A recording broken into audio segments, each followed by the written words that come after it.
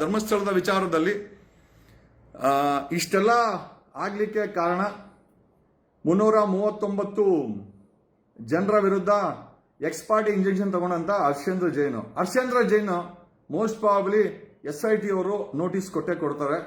Harshendra Jain enquiry ಮಾಡೋದು ತುಂಬಾ important. ಈ ಧರ್ಮಸ್ಥಳದ ಕೇಸಲ್ಲಿ ಹರ್ಷೇಂದ್ರ ಜೈನ್ ಅವರ ಇನ್ವಾಲ್ವ್ಮೆಂಟ್ ತುಂಬಾನೇ ಇದೆ ಅಂತ ಒಂದಷ್ಟು ಮಾಹಿತಿಗಳು ಬರ್ತಾ ಇದೆ. ಇಷ್ಟೆಲ್ಲ ಆಗ್ಲಿಕ್ಕೂ ಯಾಕಂದ್ರೆ ಇವನ್ ಮಾಧ್ಯಮಗಳ ಮೇಲೆ ಸ್ಟೇ ತಗೊಂಡಿರೋದು ಹರ್ಷೇಂದ್ರ ಜೈನ್, ವೀರೇಂದ್ರ ಜೈನ್ ಅವರ ತಮ್ಮ ಇದನ್ನೆಲ್ಲ ಮಾಡ್ತಾರೆ. ಮೊನ್ನೆ ಆಗಿದ್ದ ಗಲಾಟೆಗೂ ಕೂಡ ಅವರೇ ರೂವಾರಿ ಅಂತ ಕೂಡ ಕೇಳಿ ಬರ್ತಾ ಇದ್ದೀವಿ.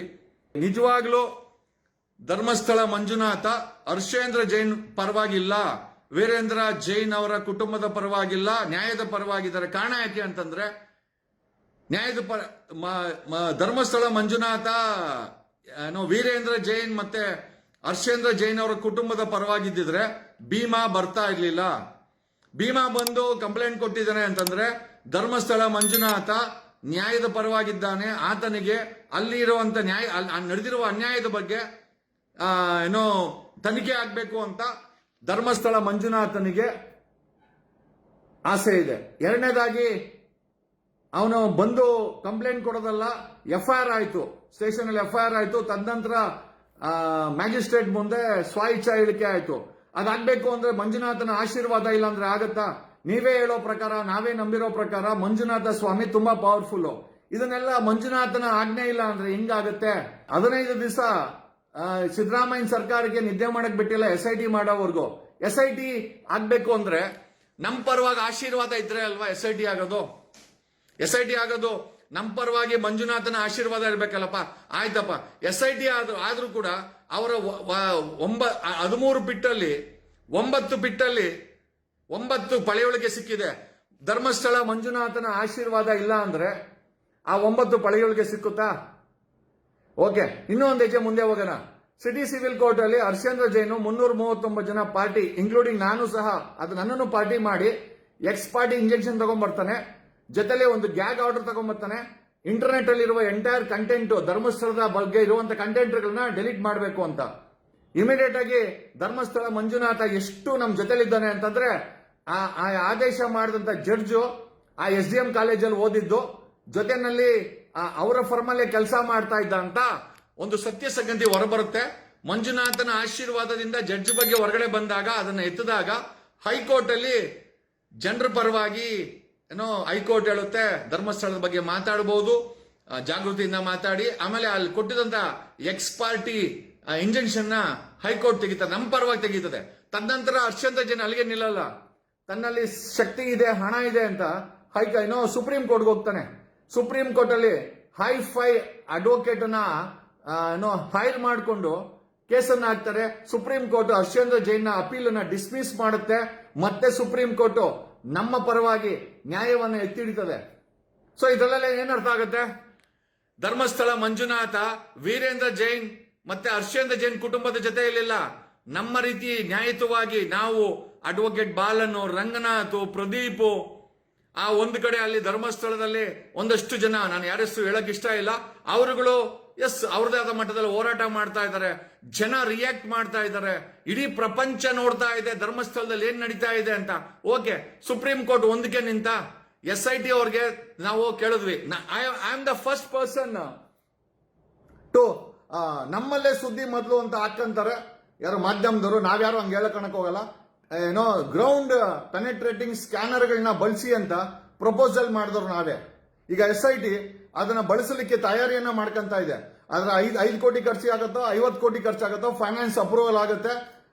ಈ ಒಂದು ತನಿಖೆ ಟೆಕ್ನಾಲಜಿ ಬಳಸಬೇಕು ಅಂತ SIT ಮಾಡಿದ್ರೆ ಏನ್ ಕಾರಣ ಅದಕ್ಕೆ?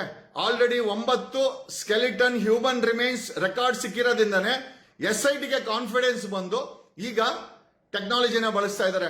ಯಾರ ಪರವಾಗಿ ಮಂಜುನಾಥ ಇದ್ದಾನೆ? ಲೇ ಸಗಣಿ ಭಕ್ತರ, ಖಂಡಿತವಾಗಿ ನಿಮ್ಮ ಪರವಾಗಿ ಗೂಗಲ್ ಪೇ ಪರವಾಗಿ, ಫೋನ್ ಪೇ, ಅವನ್ ಯಾರೋ ಗಿಳಿ ಸೀಡ್ಸ್ ನ ಕಿತ್ಕೊಂಡು ತಿಂತಾ ಇದಾರೆ SIT.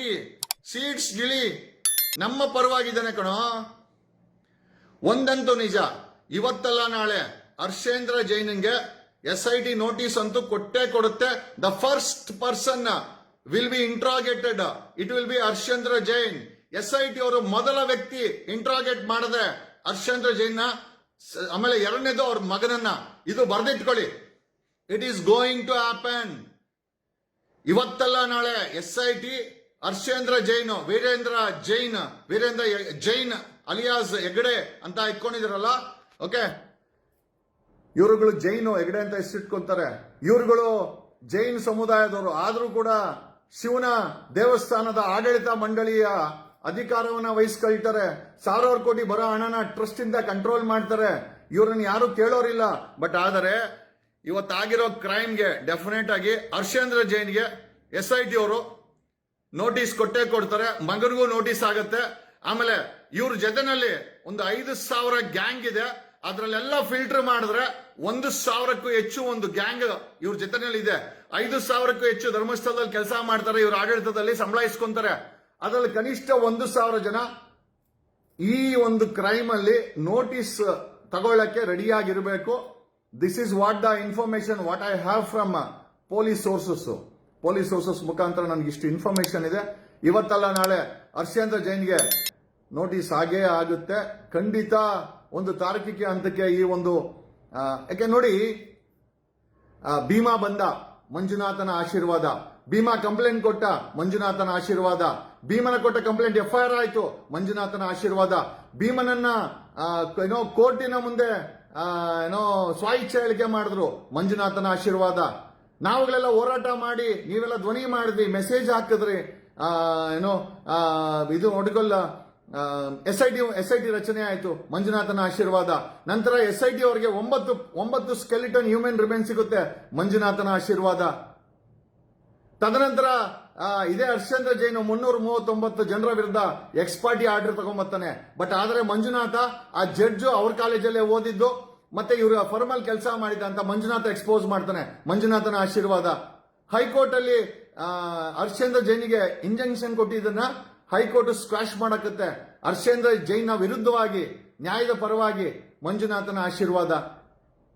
ಈಗ SIT ಟೆಕ್ನಾಲಜಿ ಬಳಸಕ್ಕೆ, ಗ್ರೌಂಡ್ ಪೆನೆಟ್ರೇಟಿಂಗ್ ಸ್ಕ್ಯಾನರ್ ನ ಬಳಸಕ್ಕೆ ತಯಾರಿ ಮಾಡ್ಕೊಳ್ತಾ ಇದ್ದ 5 ಕೋಟಿ ಆಗ್ಲಿ 50 ಕೋಟಿ ಆಗ್ಲಿ ಅಂತ.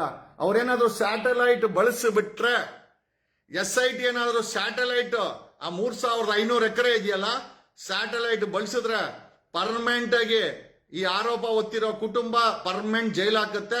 ಸಾವಿರಾರು ಪಳಕೆ ಉಳಿಕೆ ಸಿಕ್ಕುತ್ತೆ. 40 ವರ್ಷದಲ್ಲಿ ಸಾವಿರಾರು. ಯಾವುದು ಭೀಮನನ್ನ ತೋರಿಸಿಲ್ಲ ಅದೆಲ್ಲ ಗ್ರೌಂಡ್ ಪೆನೆಟ್ರೇಟಿಂಗ್ ಸ್ಕ್ಯಾನರ್ಸ್ ಹಿಡಿದಾಕುತ್ತೆ. It is not a easy job. Okay, SIT ಅವ್ರ ಮೇಲೆ ತುಂಬಾ ಜವಾಬ್ದಾರಿ ಇದೆ. ಬನ್ನಿ ಸಾರ್, ಧರ್ಮಸ್ಥಳಕ್ಕೆ ವಾಕಿಂಗ್ ಹೋಗೋಣ. ಸದ್ಯಕ್ಕೆ SIT ಅವರು ಕರೆಕ್ಟ್ ಆಗಿ ಕೆಲಸ ಮಾಡ್ತಾ ಇದಾರೆ, ಮಾಡ್ಸೋಣ. ಅಲ್ಲಿ ಸ್ಕ್ಯಾನಿಂಗ್ ಆಗಲಿ, ರಿಪೋರ್ಟ್ ಬರಲಿ. ಪಟಾಕಿ ರೆಡಿ ಇದೆ, ಹಚ್ಚೋದು ನಾವೇ. ನಾನು ಹೇಳಿದೆ ಅಶೋಕನ್ಗೆ, ಅಶೋಕ ಪಟಾಕಿ ನಿಂದು, ಆದ್ರೆ ಹಚ್ಚೋರು ಮಾತ್ರ ನಾವೇ. ಪಟಾಕಿ ಅವ್ರದೇ ಇರಲಿ. ಪಟಾಕಿ Google Pay, PhonePe, Giliyar, Shetty, Rakesh ಇವ್ರದೇ ಪಟಾಕಿ. ಹಚ್ಚೋರು ಮಾತ್ರ ನಾವೇ. ಬಂಡವಾಳ ಅದಕ್ಕೂ ಕೂಡ ಅವ್ರ ಕೈಲಿ ಹಾಕ್ಸೋಣ. ಪಟಾಕಿ ಸಂಭ್ರಮಾಚರಣೆ ಮಾತ್ರ ನಮ್ದೇ ಇರುತ್ತೆ. ನಾವ್ ಯಾರು ಹೆದರ್ಬೇಕಾಗಿಲ್ಲ. ಆಮೇಲೆ ನಮ್ಮ ದೇಶದ ಈ ವ್ಯವಸ್ಥೆ ತುಂಬಾ ಸ್ಟ್ರಾಂಗ್ ಆಗಿದೆ. We have to believe all this. ಇವತ್ತಲ್ಲ ನಾಳೆ ಹರ್ಷೇಂದ್ರ ಜೈನ್ಗೆ, ಅವನ ಮಗನಿಗೆ, ಅವ್ರದೊಂದು ದೊಡ್ಡ ಗ್ಯಾಂಗ್ ಇದೆ, 1,000ಕ್ಕೂ ಹೆಚ್ಚು ಜನ ಇದ್ದಾರೆ. ಅವ್ರ ಜೊತೆ ಕೆಲಸ ಮಾಡ್ರೆ ಇವರೆಲ್ಲರಿಗೂ ನೋಟಿಸ್ ಖಂಡಿತ ಆಗತ್ತೆ. ನಾನು ಯಾಕೆ ಹರ್ಷೇಂದ್ರ ಜೈನ್ನ ನಿರ್ಭಯವಾಗಿ ಹೇಳ್ತಾ ಇದ್ದೀನಿ ಅಂತಂದ್ರೆ, ಈ ಸುದ್ದಿಯನ್ನ ಪ್ರಸಾರ ಮಾಡಿದಿರಾ ಸ್ಟೇ ತಗೊಂಡ್ಬಂದಿದ್ದು ಅದಕ್ಕೆ ಗೊತ್ತಿರೋ ಜಡ್ಜಲ್ಲಿ, ಇವ್ರ ಕಾಲೇಜಲ್ಲಿ ಓದಿರೋ ವ್ಯಕ್ತಿಯ ಹತ್ರ ಜಡ್ಜ್ ಆಗಿದ್ರೆ ಅವ್ರ ಹತ್ರ ಹೋಗಿ ಪೂಸಿ ಹೊಡೆದು ಆರ್ಡರ್ ತಗೊಂಡ್ಬರ್ತಾರೆ. ಹೈಕೋರ್ಟ್ ಸ್ಕ್ವಾಶ್ ಮಾಡಿದೆ. ಇವರು ನ್ಯಾಯಯುತವಾಗಿ ಕೋರ್ಟ್ಗೆ ಹೋಗಿದ್ರೆ ಹೈಕೋರ್ಟ್ ಯಾಕೆ ಇಂಜೆಕ್ಷನ್ ನ ಸ್ಕ್ವಾಶ್ ಮಾಡ್ತಾ ಇತ್ತು, ಗ್ಯಾಗ್ ಆರ್ಡರ್ ನ ಸ್ಕ್ವಾಶ್ ಮಾಡ್ತಾ ಇತ್ತು? ಸುಪ್ರೀಂ ಕೋರ್ಟ್ ನಡಿಯಪ್ಪ ನಡಿ, ಹರ್ಷೇಂದ್ರ ಜೈನ್ ನಡಿ, ಇದೆಲ್ಲ ನಾವ್ ಎಂಟರ್ಟೈನ್ಮೆಂಟ್ ಮಾಡಲ್ಲ, ಗಂಟು ಮೂಟೆ ಎತ್ಕೊಂಡು ವಾಪಸ್ ಧರ್ಮಸ್ಥಳಕ್ಕೆ ಹೋಗು, SIT ತನಿಖೆ ಮಾಡ್ತಾ ಇದೆ, ಅದನ್ನ ಫೇಸ್ ಮಾಡು, ಅವ್ರಿಗೆ ಏನೋ ತನಿಖೆ ಮಾಡಕ್ಕೆ ಅವಕಾಶ ಮಾಡು ಅಂತ ಗಂಟು ಮೂಟೆ. And believe it or not, Harshendra Jain supreme court ಅಲ್ಲಿ ಒಳ್ಳೆ ಟಾಪ್ ಅಡ್ವೊಕೇಟ್ ಅನ್ನ ಎಂಗೇಜ್ ಮಾಡಿದ್ರು. ಆದ್ರೂ ಕೂಡ ಆತನಿಗೆ ಪರಿಹಾರ ಸುಪ್ರೀಂ ಕೋರ್ಟ್ ಕೊಟ್ಟಿಲ್ಲ. ಇದರಿಂದ ಏನ್ ಅರ್ಥ ಆಗುತ್ತೆ? ಮಂಜುನಾಥ ಸ್ವಾಮಿ ನಮ್ ಜೊತೆ ಇದ್ದಾನೆ, ಹರ್ಷೇಂದ್ರ ಜೈನ್ ಜೊತೆ ಇಲ್ಲ.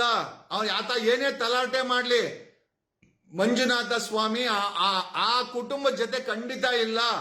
ಇನ್ಫ್ಯಾಕ್ಟ್ ನನಗೆ ನಿನ್ನೆ ಧ್ಯಾನ ಮಾಡಿದಾಗ ಮಂಜುನಾಥ ಸ್ವಾಮಿ ಹಿಮಾಲಯಕ್ಕೆ ಹೋಗಿದಾರಂತೆ.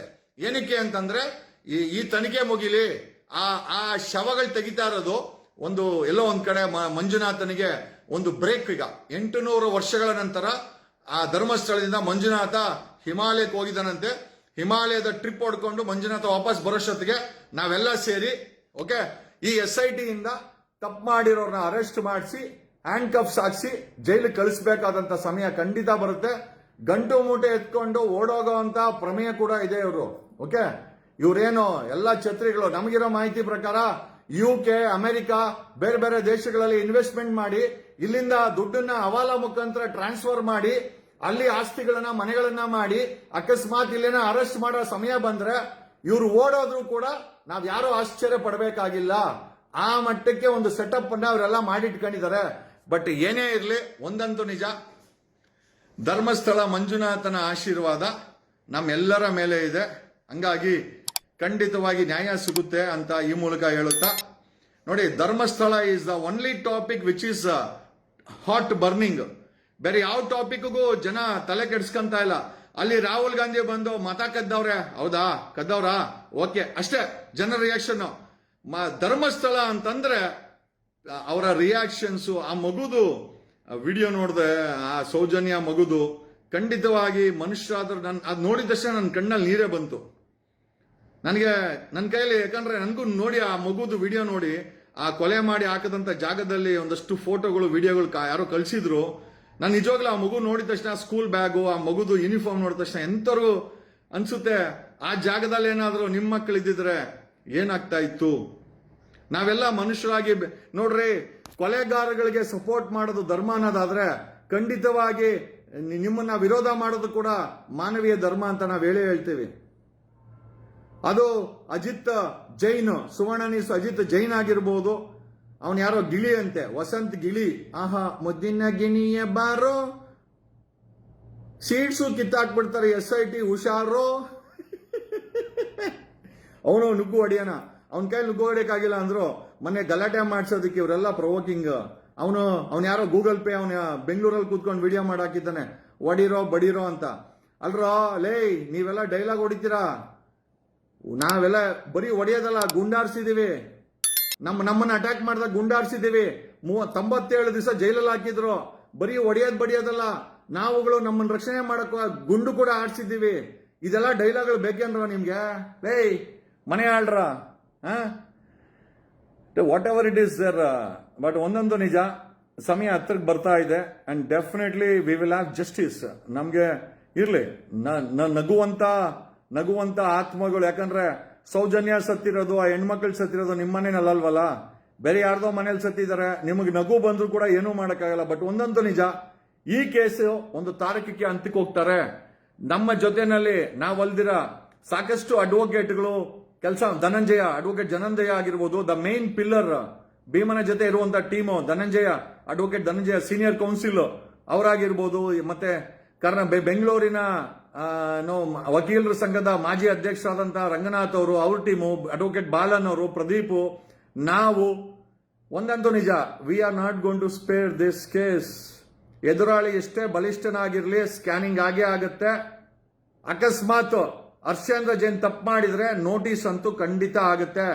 ಹರ್ಷೇಂದ್ರ ಜೈನ್ ತಪ್ಪು ಮಾಡಿದ್ರೆ ಆ ನೋಟಿಸ್ SIT ಕೊಡಕ್ಕೆ, ತಪ್ಸಕ್ಕೆ ಯಾರ ಕೈಯಲ್ಲೂ ಸಾಧ್ಯ ಇಲ್ಲ. ನಿಮಗೆ ನೋಟಿಸ್ ಕೊಟ್ಟೇ ಕೊಡ್ತಾರೆ. ನೋಡೋಣ, ಆವತ್ತು ನಿಮ್ಮ 5,000 ಗ್ಯಾಂಗ್ ಅನ್ನ ನಿಲ್ಸು. ನಾವು ಮುಂಚೆನೆ ಹೇಳಿರ್ತೀವಿ, SITಗೆ ಮುಂಚೆನೆ ಹೇಳಿರ್ತೀವಿ. ಅಡಿಷನಲ್ ಒಂದು 100 ಬೆಟಾಲಿಯನ್ ಪೊಲೀಸು, ಕನಿಷ್ಠ ಒಂದು 20,000 ಪೊಲೀಸರನ್ನ ಅಲ್ಲಿ ಡಿಪ್ಲಾಯ್ ಅಂತೂ ಮಾಡಿಸ್ತೀವಿ. ನಮಗೆ ಗೊತ್ತಿದೆ ನಿಮ್ಮ ಹುಚ್ಚಾಟ. ಮೊನ್ನೆ ಆ ಗ್ಯಾಂಗ್ ಅಟ್ಯಾಕ್ ಅಲ್ಲಿ ಆ ಆಟೋ ಡ್ರೈವರ್ಗಳು, ಗೂಂಡಾಗಳು ಅಟ್ಯಾಕ್ ಮಾಡೋದ್ರಲ್ಲಿ ಹರ್ಷೇಂದ್ರ ಜೈನ್ ಕೈವಾಡ ಇದೆ ಅಂತ ನಮಗೊಂದು ಡೌಟ್ ಇದೆ. ಡೌಟ್ ಹೆಂಗರು ಕನ್ಫರ್ಮ್ ಆಗಿ ಹೇಳ್ಬೋದು, ಬಟ್ ಇದನ್ನ ಮಾಡಬೇಕಾದವರು ಪೊಲೀಸರು ಮಾಡ್ತಾರೆ ಅಂತ ನಾವು ನಂಬಿದ್ದೀವಿ. ಒಂದಂತೂ ನಿಜ, ನೀವು ಇಷ್ಟು ದಿನ ಹುಚ್ಚಾಟ ಆಡ್ಕೊಂಡ್ ಬಂದಿದ್ದಲ್ಲ ಲೇ, ನಿನ್ನ ಸಂಪತ್ತಿಗೆ ನನ್ನ ಸವಾಲ್, ನಮ್ಮ ಸವಾಲ್. ನಾನೊಬ್ಬನೇ ಇಲ್ಲ, ನಾನೊಬ್ಬನೇ ಅಂತ ಹೇಳಿದ್ರೆ ತಪ್ಪಾಗುತ್ತೆ. ಲೋಯ್ ದಣಿ, ನಿನ್ನ ಸಂಪತ್ತಿಗೆ ನಮ್ಮ ಸವಾಲ್. ನೋಡೋಣ. ನೀನು ಇಷ್ಟು ದಿನ ಹುಚ್ಚಾಟ ಆಡಿದಲ್ಲ ಲೇ, ಅವ್ರು ಯಾರೋ ಧರ್ಮಸ್ಥಳದಲ್ಲಿ ಪಾಪ ಅಮಾಯಕರ ಜೊತೆ ಗೆದ್ದಿದ್ದಲ್ಲ, ಸಂತೋಷ್ ರಾವ್ನ ಹುಚ್ಚನ್ ತಗೊಂಡೋಗಿ ಅಲ್ಲಿ ನಿಲ್ಸಿದ್ದಲ್ಲ, ಆ ಕೇಸನ್ನ ಹೊಡೆದಿದ್ದಲ್ಲ, ಡಾಕ್ಟರ್ ರಶ್ಮಿ ಮತ್ತೆ ಆಡೋಪ್ ಕೈಯಲ್ಲಿ ಸುಳ್ಳು ರಿಪೋರ್ಟ್ ಬರ್ಸಿದ್ದಲ್ಲ, ಈಗ ಐತೆ ಆಟ. ಓಕೆ, ನಿನ್ನ ಸಂಪತ್ತಿಗೆ ನಮ್ಮ ಸವಾಲ್. ನಿನ್ನಂತೂ ಒಂದು ಗತಿ ಕಾನೂನಾತ್ಮಕವಾಗಿ ಮಾಡೇ ಮಾಡ್ತೀವಿ, ಅದರಲ್ಲಿ ಎರಡನೇ ಮಾತೇ ಇಲ್ಲ. Harshendra Jain, be prepared, count down starts. ನೀನ್ ತಪ್ಪು ಮಾಡಿದ್ರೆ, ನಿನ್ನ ಗ್ಯಾಂಗ್ ತಪ್ಪು ಮಾಡಿದ್ದರೆ ನೋಟಿಸ್ ಕೊಡೋದನ್ನ ತಪ್ಸಕ್ಕೆ ಯಾರ ಕೈಯಲ್ಲೂ ಸಾಧ್ಯ ಇಲ್ಲ. ಆ ಮಂಜುನಾಥ ಸ್ವಾಮಿ ನಮ್ಮ ಜೊತೆ ಇದ್ದಾನೆ, ಆತನ ಆಶೀರ್ವಾದ ನಮ್ಮ ಮೇಲೆ ಇದೆ. ನಮ್ಮ ಹೋರಾಟ ಕಳಂಕಿತ, ಆ ಧರ್ಮಸ್ಥಳಕ್ಕೆ ಕಳಂಕ ತಂದಿರೋರ ವಿರುದ್ಧ ಹೊರತು ಧರ್ಮಸ್ಥಳದ ಆ ನಂಬಿಕೆ ವಿರುದ್ಧ ಖಂಡಿತ ಅಲ್ಲ. We are even today blessed with the same Manjunatha. ಯಾವ ಮಂಜುನಾಥನನ್ನ ಈ ಸುವರ್ಣ ಅಲ್ಲೇ ಅಜಿತ್ ಟ್ಯೂಷನ್ ಅಲ್ಲಿ ಸ್ಟೂಡೆಂಟ್ಸ್ ಕರೆದಂಗೆ ಕರಿತಾ ಇದ್ದೇನೆ. ಲೇ ಅಜಿತ್ ಹನುಮಕ್ಕನವರ್ ಬೇಡ, ಇನ್ಮೇಲೆ ಅಜಿತ್ ಜೈನ್ ಅಂತ ಇಟ್ಕ. ನಿನ್ನ ಧರ್ಮ ನಿನ್ನ ಜೊತೆನೇ ನಿಲ್ರಿ. ಅನ್ಯರ ಧರ್ಮ ಬಗ್ಗೆ ಮಾತಾಡೋ ಈ ಅಜಿತ್ನು ಸರ್ನೇಮು ಜೈನು. ನಾ ಜೈನ್ ಅಂತ ಹೇಳಿದ್ರೆ ಮೈನಾರಿಟಿ ಹೆಸರು ಆಗ್ಬಿಡುತ್ತೆ ಅಂತ, ಆಮೇಲೆ ಹಿಂದೂಗಳನ್ನ ಮುಸ್ಲಿಂ ಮೇಲೆ ಎತ್ಕಟ್ಟಕ್ಕೆ ಆಗಲ್ಲ ಅಂತ ಹನುಮಕ್ಕನವರಂತ ಹೆಸರಿಟ್ಕೊಂಡಿದ್ದಾರೆ. ಏನ್ ಗೇಮ್ ಆಡ್ತಿರೋ ನೀವೆಲ್ಲ? ಲೇ ಅಜಿತ, ನೀನೊಬ್ಬ ಜೈನ್ ಆಗಿ ನಮ್ಮ ಹಿಂದೂ ಹುಡುಗರನ್ನ, ಹಿಂದೂ ಶೂದ್ರನ್ನ, ನಮ್ಮಂತವ್ರನ್ನ ಎಲ್ಲ ಯಾಕಪ್ಪ ಎತ್ಕಟ್ತೀಯಾ? ಏನ್ ನಿನಗೆ ಸಮಸ್ಯೆ? ಧರ್ಮ ಬಿಟ್ರೆ ಆ ಸುವರ್ಣ ಟಿವಿಲಿ ಏನು ಓಡ್ಸಕ್ಕಾಗಲ್ವೇನೋ? ಏನ್ ಕರ್ಮನೋ ನೀವೆಲ್ಲ? ಒಂದಷ್ಟು ಗೂಗಲ್ ಪೇ ಗಿರಾಕಿಗಳು ಅಲ್ಲೆಲ್ಲ ಅಶ್ವತ್ಥ ಕಟ್ಟೆಗೆ ಪೂಜೆ ಮಾಡೋದು, ಪ್ರತಿ ವಾರ ಪೂಜೆ ಹೆಸರಲ್ಲಿ ರೋಲ್ ಕಾಲು. ಅವನು ಅಲ್ಲಿ ಧರ್ಮಸ್ಥಳಕ್ಕೆ ಹೋಗ್ಬಿಟ್ಟು ಜೈನರ ಪರವಾಗಿ, ಒಬ್ಬ ಹಿಂದೂ ಆಗಿ ಜೈನರ ಪರವಾಗಿ ಊಟ, ಆಮೇಲೆ ಅಲ್ಲಿ ಊಟ ಆಗ್ತಾ ಇರೋದಲ್ಲ ಎಲ್ಲ ನಮ್ ದುಡ್ಡೆ. ಧರ್ಮಸ್ಥಳ ಊಟ ಆಗ್ತಾ ಇರೋದು ಕೂಡ ಭಕ್ತಾದಿಗಳ ದುಡ್ಡೆ. ಅದನ್ನ ಕಲೆಕ್ಟ್ ಮಾಡ್ಕೊಂಡು ಸಾವಿರಾರು ಕೋಟಿ ರೂಪಾಯಿ ಪ್ರಾಪರ್ಟಿಗಳು ಮಾಡ್ಬಿಟ್ಟವ್ರೆ ಜೈನ್ ಕುಟುಂಬ. ಈ ಜೈನ್ ಕುಟುಂಬ ಆ ದೇವಸ್ಥಾನದ ಆಡಳಿತವನ್ನ ಹಿಂದೂಗಳು ಕೂಡ ಬಿಟ್ಕೊಡ್ಬೇಕು. ಮುಂದಿನ ದಿನಗಳಲ್ಲಿ ಅದಾಗತ್ತೆ, ಅದ್ರಲ್ಲಿ ಏನು ಎರಡನೇ ಮಾತೇ ಇಲ್ಲ. There good time is ended. ಮಾಡಬಾರದ ಪಾಪಗಳನ್ನ ಆ ಧರ್ಮಸ್ಥಳದಲ್ಲಿ ಮಾಡಿ ಇಡೀ ಪ್ರಪಂಚ ಈಗ ಧರ್ಮಸ್ಥಳವನ್ನ ನೋಡೋ ಮಟ್ಟಕ್ಕೆ ತಂದಂತ ಕೆಲವು ದರಿದ್ರ ಆತ್ಮಗಳನ್ನ ಆ ಧರ್ಮಸ್ಥಳದಿಂದ ಜೈಲಿಗೆ ಖಂಡಿತ ಹೋಗ್ತೀರಾ. ನೀವು ವಿಶೇಷ ಬಟ್ಟೆ ಹಿಡ್ಕೊಂಡ್ರು ಹೋಯ್ತೀರಾ, ಪೌಡರ್ ಟಿವಿ ರಾಕೇಶ್ ಶೆಟ್ಟಿ ಹಿಡ್ಕೊಂಡ್ರು ಹೋಯ್ತೀರಾ, ಪಬ್ಲಿಕ್ ಟಿವಿ ರಂಗನಾಥನ್ ಹಿಡ್ಕೊಂಡ್ರು ಹೋಯ್ತೀರಾ, ಗಿಳಿಯಾರ್ ಹಿಡ್ಕೊಂಡು ಹೋಯ್ತೀರಾ. ಆಯ್ತಾ? ರಾಜ್ಯದ ಡೆಪ್ಯೂಟಿ ಸಿಎಂ DK ಶಿವಕುಮಾರ್ ಇಟ್ಕೊಂಡ್ರು ಖಂಡಿತ ಹೋಯ್ತೀರಾ. ಯಾಕೆ ಅಂತಂದ್ರೆ ನ್ಯಾಯಾಲಯ ನ್ಯಾಯದ ಪರವಾಗಿದೆ, ಧರ್ಮಸ್ಥಳ ಮಂಜುನಾಥನು ಕೂಡ ನ್ಯಾಯದ ಪರವಾಗಿದ್ದಾನೆ.